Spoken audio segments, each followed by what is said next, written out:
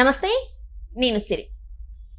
సందీప్ కిషన్ ఇంకా రితువర్మ కాంబినేషన్లో డైరెక్టర్ త్రినాథరావు నక్కిన డైరెక్షన్లో అయితే సినిమా మజాక్ అయితే వచ్చేసింది. ఈ సినిమా ఎలా ఉంది ఏంటనే విషయాన్ని మనకు తెలియజేయడానికి మనతో పాటు ఉన్నారు ప్రముఖ సినీ క్రిటిక్ దాసరి విజ్ఞాన్ గారు. నమస్తే సార్. సార్, ఇప్పుడు అయితే మనకి సందీప్ కిషన్ మూవీ అయితే వచ్చేసింది మజాక. సో ఈ సినిమా ఎలా ఉంది? బేసిక్గా ట్రైలర్ చూసినప్పుడు అనిపించింది సంథింగ్ ఏదో ఎంటర్టైన్ చేయబోతున్నారు అని.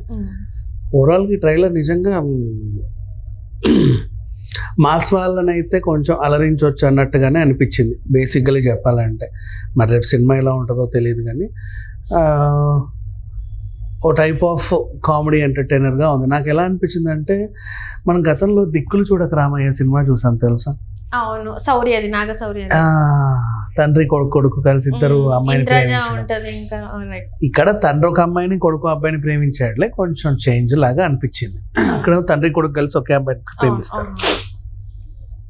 అండ్ ఒక టైప్ ఆఫ్ ఫన్ ఎలిమెంట్ తీసుకున్నాడు బేసికలీ. కాకపోతే ఇక్కడ విషయం ఏంటంటే, starting peoples star Sundeep Kishan అని వేసాడు. ఇక్కడ ఒక చిన్న ప్రాబ్లం వచ్చింది. ఇప్పటికీ అప్పటికి ఎప్పటికైనా సరే పీపుల్ స్టార్ అంటే అది నారాయణ మూర్తి గారే. ఎందుకంటే ప్రజలకు చాలా దగ్గరగా ఉంటాడు ఆ మనిషి. అండ్ చెప్పులు వేసుకోకుండా ఎక్కడ తిరుగుతాడు, ఎప్పుడు చూడు అక్కడే ఉంటాడు.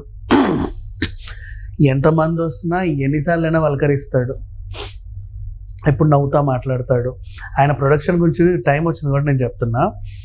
చాలా పెద్ద పెద్ద ప్రొడక్షన్స్ చూసావు కదా, కోట్లు పెట్టే ప్రొడక్షన్స్.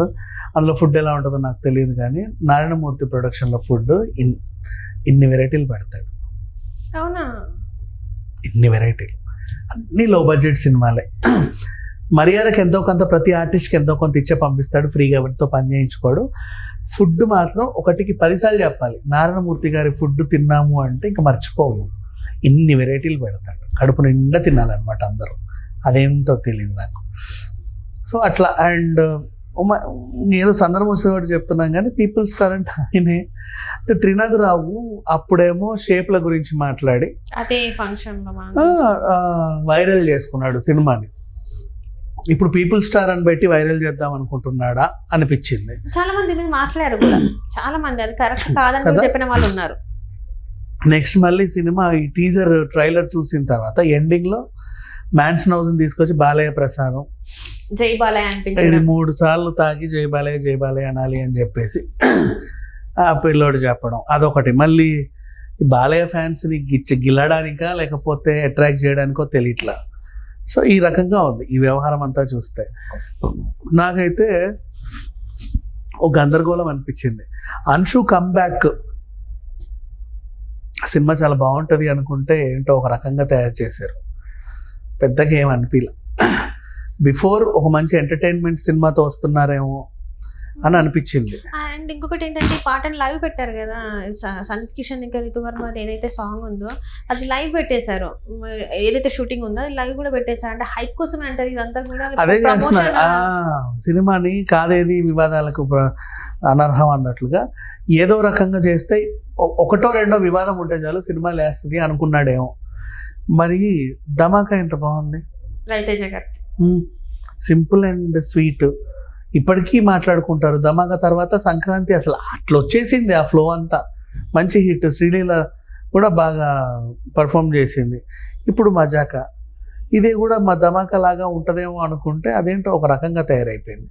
వేరే వేరే సినిమాలో లైక్ మన భీమినేని గారి సినిమాలో, శ్రీను వైట్ల గారి సినిమాలో, అనిల్ రాయపూడి సినిమాలో అన్నిటి ఒక టైప్ ఆఫ్ ఎఫెక్ట్ ఏమైనా ఉందా లేదా అనుకుంటే, కామెడీ పర్వాలా. అంటే అసలు మరీ చండాలంగా ఉందని అయితే చెప్పలేము. కాకపోతే ఏంటంటే, నువ్వు దాన్ని పద్ధతిగా తీసుకెళ్లకుండా వాళ్ళని వీళ్ళని గోకుతా వైరల్ చేసుకుంటూ నువ్వు నీ సినిమాని ముందుకు తీసుకెళ్ళడం బాగాలేదు. అంటే ఇప్పుడు డైరెక్టర్ గారే అనుషు గారిని ఎలా మాట్లాడారో మనం స్టేజ్ మీద చూసాం. సో దానివల్లే ఆ వీడియో చాలా సర్క్యులేట్ అయిపోయింది సోషల్ మీడియాలో. అంటే ఇప్పుడు అట్లాంటివి మాట్లాడితేనే సినిమాకి హైప్ వస్తుంది, లేకపోతే సినిమాకి జనాలు వస్తారని చెప్పేసి ఆ పర్సెప్షన్లో ఉన్నారంటారు. మరి పీపుల్ స్టార్ అనేది వేస్తే ఎవరికో బాగా హర్టింగ్గా ఉంటుంది. వాళ్ళు వార్నింగ్ లెటర్లు పంపించి ఏమైనా గొడవ చేస్తారేమో అని ఎక్స్పెక్ట్ చేశాడు. అలా సినిమాకి పాపులారిటీ తెద్దాం అనుకున్నాడు. వర్కౌట్ అవ్వవు ఇలాంటివన్నీ. పిచ్చి పిచ్చి వేషాలన్నీ వేయొద్దు. సినిమా తీయాలనుకుంటే ఇంతమంది ఆర్టిస్టులు. ఇంకోటి చెప్పనా, ఒక గౌరవం నాకు ఇంకా ఉంది ఈయన. ఎందుకంటే నువ్వు అనుషుని అలా అన్నావు, పక్కన పెట్టేసి కానీ నీకు ఓకే చెప్పించుడు ఇన్ని రోజుల తర్వాత అంశు అసలు ఎంతమంది లేరమ్మా. ఓ త్రివిక్రమ్ గారు ఉన్నారు, పాత వాళ్ళని తీసుకొచ్చేవాళ్ళు, బోలేడంత మంది ఆర్టిస్టులు ఉంటే నీకు ఓకే చెప్పింది పర్ఫెక్ట్గా. మెచ్చుకోవచ్చు యాక్చువల్ చెప్పాలంటే, బాగా కన్విన్స్ చేసావు. కానీ ఆ కన్విన్సింగ్ అంత ఏమైంది, ఆ గొప్పదనం అంత ఏమైంది, బూడిదలో పోసిన పన్నీర్ అయిపోయింది. అట్లీస్ట్ ఆమె ఎట్లా ఒప్పించింది చెప్పినా బాగుండేదేమో, జనాలకు నచ్చేదేమో. దాన్ని ఇంకోలా చెప్పడం ఎందుకు, ఇట్లా నీ షేపులు అడిగా, అది అడిగా, ఇది అడిగా అని. మేము చాలా ట్రై చేసామండి, అంశు గారు ఓకే అన్నారు, మాకు చాలా సంతోషంగా ఉంది, ఇట్స్ ఓకే, హ్యాపీ. సరే అది వదిలే. సందీప్ కిషన్ గా పీపుల్ స్టార్ అన్నావు, లాస్ట్ ఏమో ట్రైలర్ లో బాలయ్యని గెలికావు. ఇంకా ఏమేమి చేద్దాం అనుకుంటున్నావు ఈ సినిమా? ఏం లేదంటారా అంటే యాజ్ అ హీరోయిన్ గా మూవీలో పెద్దగా ఏం. థ్యాంక్ గాడ్ ఆమెను ఇంకో రకంగా వల్గర్ గా ఏం చెప్పాలి అంటే ఆమె తెలుగు అర్థమైంది కదా. ఎగ్జాక్ట్లీ. సో ఏం అనలేకపోయింది. అనుషు కంటే తెలుగు అర్థం కాదు కాబట్టి షికాంట్ అంటే తనకు అసలు ఏమంటారు డైలాగ్స్ కూడా మనం చెప్పాలి కాబట్టి తనకు అందుకే ఆ రోజు అర్థం కాలేదేమో అనిపించింది. మేబీ అర్థమై ఉంటే ఇప్పుడు వేరేలాగా ఉండేదేమో మరి. అసలు సినిమా రిలీజే ఆగేది చెప్పాలంటే. సరే పోన్లే అనకూడదు ఎందుకు, మంచిగా పండగ రోజు శివరాత్రి పూట పెద్ద పెద్ద ఆర్టిస్టులు అందరు ఉన్నారు, మంచి ఖర్చు పెట్టారు. రావు రమేష్ గారు సినిమాకి త్రూ అవుట్, మళ్ళీ అట్లాంటి ఆయనతో త్రూ అవుట్ సినిమా ఒప్పించడం ఇదో గ్రేట్. వాళ్ళ డేట్లు దొరికితే చాలు అనుకుంటారు చాలా మంది, ఓ రోజా 2 రోజులా అని. అలాంటిది సినిమా అంతా త్రూ అవుట్ని కనీసం ఒక 30-40 డేట్లు ఇచ్చి ఉంటాడు. బంగారంలా తీసుకోవచ్చు మూవీ. తీసుకున్నావు, తీయలేదని అనట్లా, నీ మీద నమ్మకంతో వాళ్ళు కూడా పనిచేశారు, చేయలేదని కూడా అనట్లా. కాకపోతే ఆ గౌరవాన్ని కాపాడుకునే బదులు మొత్తం తీసేసావు. ఇంకోటి ఏమన్నాడు తెలుసా నిన్న, నేను ఉద్దేశపూర్వకంగా అనలేదు, ఏమన్నా నవ్విద్దామని అన్నాను అంట షేపులు. అది బాడీ షేమింగ్ చేసుకుంటే ఒకరి నవ్విద్దామని. నువ్వు నవ్వించాలనుకోవడం కూడా ఒక ఉద్దేశమేగా, మరి ఉద్దేశపూర్వకంగా చేయలేదని ఎలా అంటావు? సో అలా అయింది. సరే సినిమా ఫ్లాప్ అవ్వాలని అయితే ఎవరు కోరుకోరు, సినిమా హిట్ అవ్వాలనే కోరుకుందాం. కాకపోతే ఏంటంటే దీంట్లో పెద్ద మాట్లాడుకోవడానికి కూడా ఏం లేదు. కామెడీ సినిమాలకి మనం కథల గురించి ఆలోచించొద్దు, తీరు తెన్ను గురించి కూడా మాట్లాడదు. ఎంటర్టైన్ చేసిందా లేదా, దట్స్ ఆల్. ఇప్పుడు హారర్ మూవీ గురించి ఏం మాట్లాడతాం, భయపెట్టిందా లేదా అంటాం. కామెడీ సినిమా కూడా అంతే, ఎంటర్టైన్ చేసిందా లేదా. చేసిందో లేదో నాకు తెలియదు, రేపు ఈ టైం కల్లా మనకు ఒక క్లారిటీ ఫిగర్ అనేది వస్తుంది. అంటే జనాలు వెళ్తారా లేదా అనేది మనకి రేపు తెలుస్తుంది కాబట్టి, పొద్దు నుంచి తెలుస్తుంది. వెళ్ళిన తర్వాత కూడా నిజంగా ఎంటర్టైన్ చేసిందా లేదా అనేది ఆ రివ్యూస్ ని బట్టి చెప్పుకోవచ్చు. నేనైతే చూడలేదు, ఇంకా రేపు కదా రిలీజ్.